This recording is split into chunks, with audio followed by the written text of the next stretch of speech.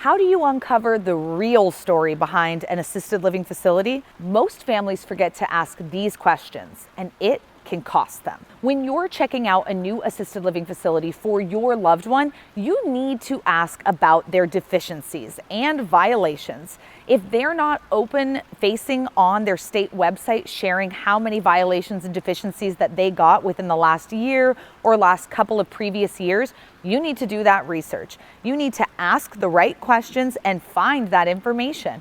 Are these huge violations of abuse and neglect? Or is it minor things like leaving Windex out on the counter or cough drops near the bedstand? Depending on which type of violations and deficiencies this facility has currently been receiving or has had over a number of years, that may deter you from choosing that particular place to place your loved one. And if you don't ask those questions, you won't know. This is one of those situations that many facilities use the don't ask, don't tell methodology, and they won't publicize this because deficiencies can be quite common in this industry. Less than 5, totally fine. 5 to 10, I'd start asking some questions. Over 10, not okay. Another question you don't want to forget is asking about the pricing. Well, of course you're going to ask about the pricing, but I mean the real pricing.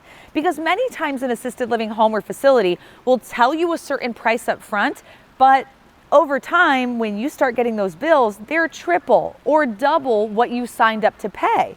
So you need to ask if there's going to be increases year over year. Is there going to be increases if the senior needs more help with ADLs? If their health starts to decline, is that going to cost you more? Or are there any other tack-on add-on prices? I've been into facilities where they'll say, oh, it's $3,500 base rate. And then if the senior wants to use that facility's diapers or shower more than twice a week or eat one of the meals from the kiosk stand instead of the cafeteria hall, tick, tick, tick, tick. Now that bill comes and it's double the amount that you had signed up for. So you really need to ask the actual pricing questions, not just what is the base price, but what are all of the potential add-ons within the facility and over time with health declines and just inflation in general. Next question is one of my favorites, and it really helps you determine which facility is the right fit for you. And it's all about ratios. When you go into a care home, you have to ask them, what are the ratios of caregivers to seniors? Because many times you will find that the ratio in a large community is 30 seniors to just one caregiver. And if somebody calls out, it may be 60 to 1. These horror stories are all over the internet, and this is often where you find seniors and families starting to say, hey, my senior loved one has been abused, they've been neglected, nobody came to service them for over 4 hours. Response times will be greatly impacted when the caregiver-to-resident ratio is off balance. If you choose a smaller option like a residential assisted living home where the ratio may be 5 to 1 or 4 to 1, you'll often find that that response time is a lot shorter, typically within a minute or two.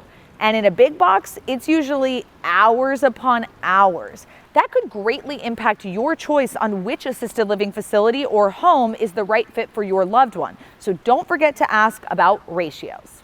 Check out this video right here where I share the top 5 myths in residential assisted living. You're not going to want to miss this one. Last but not least, you need to ask about food. Oh my goodness, food is a huge form of entertainment in the assisted living space. When your health is declining, food is everything, and getting that nutritious and comfort-filled meal is going to really make a difference in the day-to-day life of the senior. So I highly encourage you to not only ask about the food, not only see a menu, but ask if you can actually taste a meal. Go in and have the lunch. I've been to homes that say they're serving filet mignon, and I get there and the steak is inedible. I wouldn't feed it to my dog Stitch, okay? So you need to go test and try a meal, not just see the menu. You gotta do a little bit of both. If you've enjoyed this video, make sure to subscribe to our YouTube channel right here. See you next time.